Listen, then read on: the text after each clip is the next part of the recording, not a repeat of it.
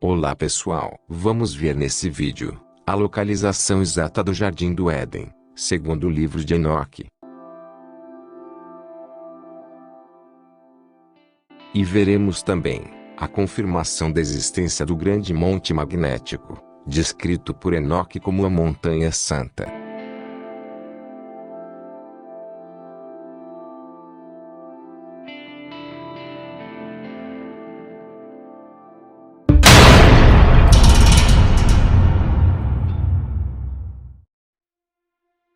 Os mapas antigos são frequentemente descartados como imprecisos, porque retratam terras que aparentemente não existem mais. Mas certamente estão fazendo dos velhos cartógrafos um desserviço. A precisão dos mapas antigos era extremamente crucial para exploradores e viajantes, cujas vidas dependiam de sua capacidade de navegar por territórios desconhecidos. Portanto, é muito improvável que os cartógrafos fabricassem mapas com terras que não existiam.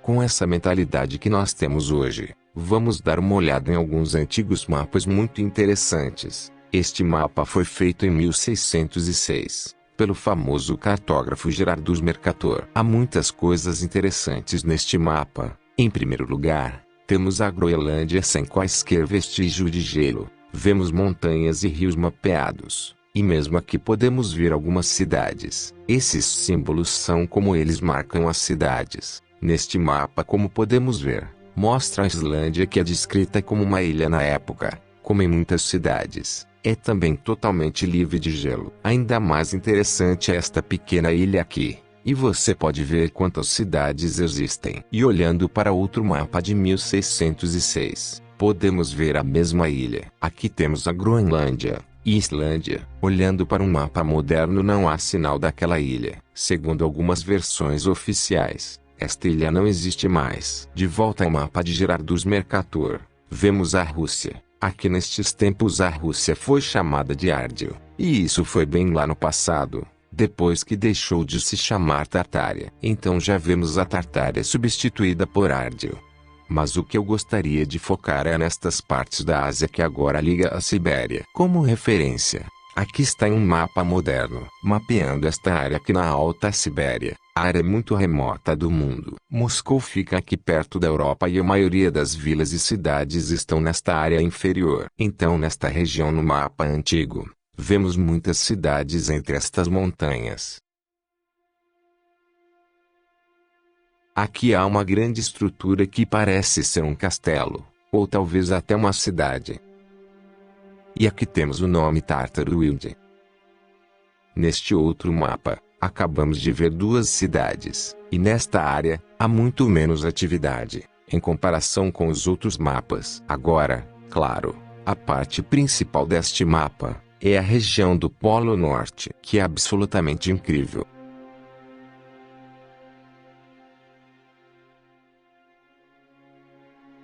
Agora novamente este mapa foi criado por Gerardus Mercator, que supostamente é o pai do mapa que todos nós usamos hoje. Ele é um cartógrafo muito respeitado, mas certamente não podemos presumir que ele era um tolo que formaria continentes inteiros de terrenos, sem provas substanciais da existência deles. E aqui no centro-norte, na região do Polo, existe a montanha Ropes Nigra, que tem sido descrita como uma montanha negra magnética, e é vista em muitos mapas antigos. E desta vez mesmo neste mapa, nós vemos isso. E esta ilha também parece ter desaparecido.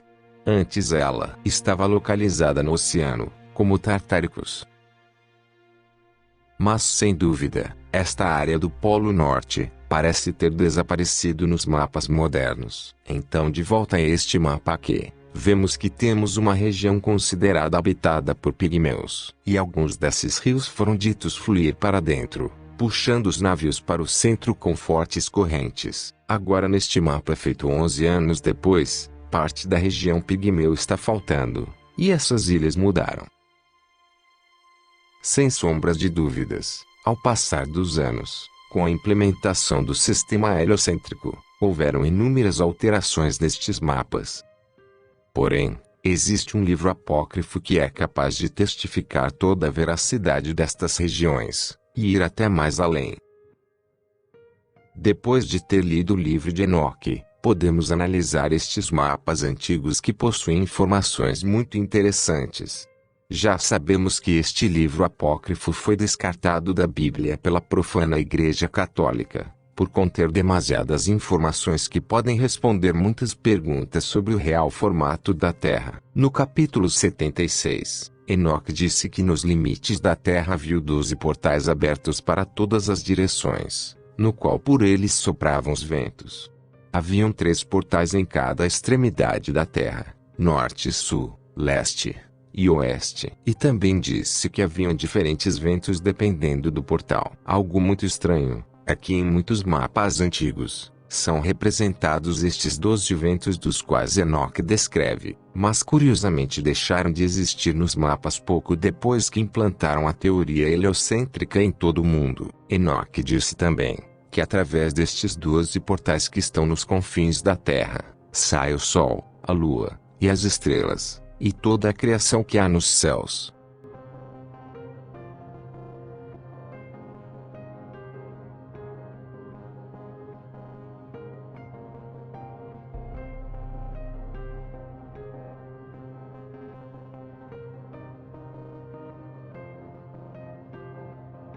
Nas extremidades ocidentais da Terra, Enoque viu um fogo que percorria todo o céu, e servia para guiar as luminárias. Ele também viu outras 7 montanhas de pedras preciosas, porém uma delas superava as demais em tamanho. Esta montanha estava rodeada de árvores aromáticas, entre as quais havia uma árvore cujo perfume nunca havia sido sentido por ele. Enoque disse que esta árvore exalava uma fragrância superior à de qualquer outra. Curiosamente, nesse mapa antigo, na parte superior podemos ver estas árvores estranhas, e nos seguintes capítulos ele descreve outros lugares que possuem árvores exóticas, montanhas e águas cristalinas da qual nunca soubemos. No capítulo 32 há uma incrível revelação. No oriente da Terra ele foi levado por cima de um mar roxo, e passou por cima de um lugar de escuridão. Depois foi levado até o paraíso de justiça, onde lhe foram mostradas diferentes árvores. Ele viu uma, diferente das demais, muito grande e magnífica. A árvore era tão alta quanto as nuvens, e sua fragrância penetrava tudo ao redor. E o anjo que o acompanhava disse que aquela era a árvore do bem e do mal, na qual comeram do fruto Adão e Eva, e que foram expulsos do jardim.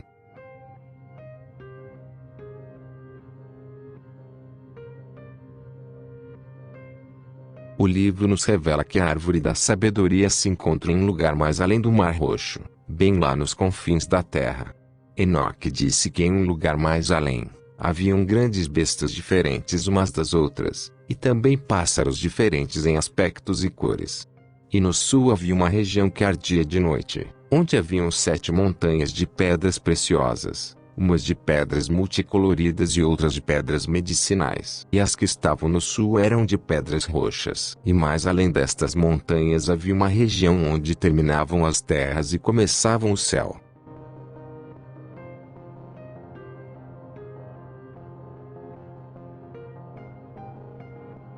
E talvez seria estas terras na qual se referiu o almirante Bide, quando disse que existiam zonas muito valiosas na Antártica, sendo ele o primeiro homem a explorar estas terras, utilizando os maiores recursos militares disponíveis naquela época. Vejam um trecho de sua entrevista antes dele ter sido neutralizado pelo sistema. But strangely enough, there's left in the world today an area as big as the United States that's never been seen by a human being. And that's beyond the pole on the other side of the South Pole from Middle America. And I think it's quite astonishing that there should be an area as big as that unexplored. That's a tremendous So challenge. there's a lot of adventure left down at the bottom of the world. Admiral, do you hope to see that? I do. Why this interest in the bottom of the world? Nobody living down there, is there? I tell you one reason they're interested. It's by far the most valuable, important place left in the world for science. That's why the scientific groups all over the nation are really interested. It happens to be an untouched reservoir of natural resources. No capítulo 17, Enoque é levado a um lugar onde os habitantes são como fogo ardente, e quando desciam, aparentavam ser humanos. E havia um rio de fogo, cujas chamas corriam como águas e desembocavam num grande mar que se encontra do lado do expoente. E o mais interessante, é que este mapa fala desta terra do fogo. Sobre esta região o livro também menciona o que vemos neste mapa antigo de mais de 1000 anos. Estas terras desconhecidas que estiveram ocultas todo este tempo.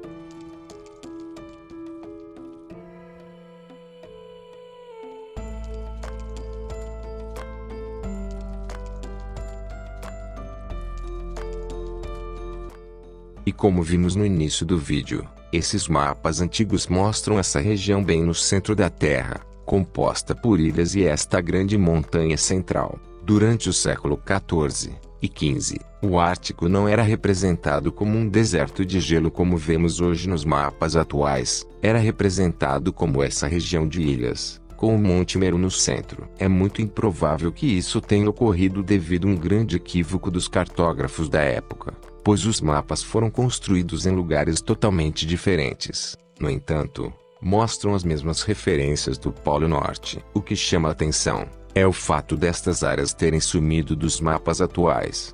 Após a implementação da falsa cosmologia do sistema global, neste mapa de 1595, podemos ver uma espécie de montanha chamada de Rupes Negra. Todos os cartógrafos daquela época sabiam que esta pedra negra gigantesca possuía propriedades magnéticas.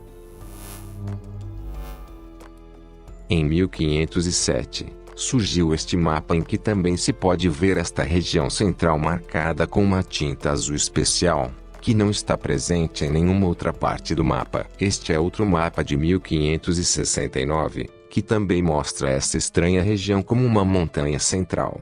O incrível é que no capítulo 26, Enoque foi levado até o centro da terra, onde viu um lugar bendito, no qual haviam árvores cujos os ramos brotavam permanentemente. E foi mostrada a ele uma montanha santa que saíam águas por baixo dela, e também haviam ravinas muito profundas.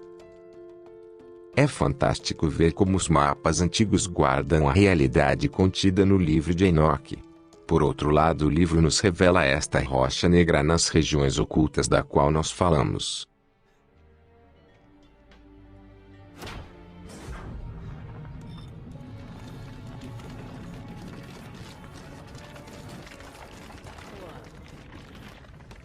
That's amazing. Chloe, I know where that is. Let me use your bag. Which means...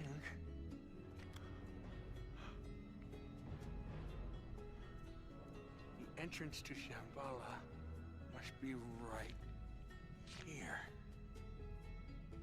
Here it is, Elena. The secret entrance to Shambhala. It is said to be a place where any kind of wish can be fulfilled, even resurrecting the dead. Is Agartha a real place? Who knows? It could just be an old legend.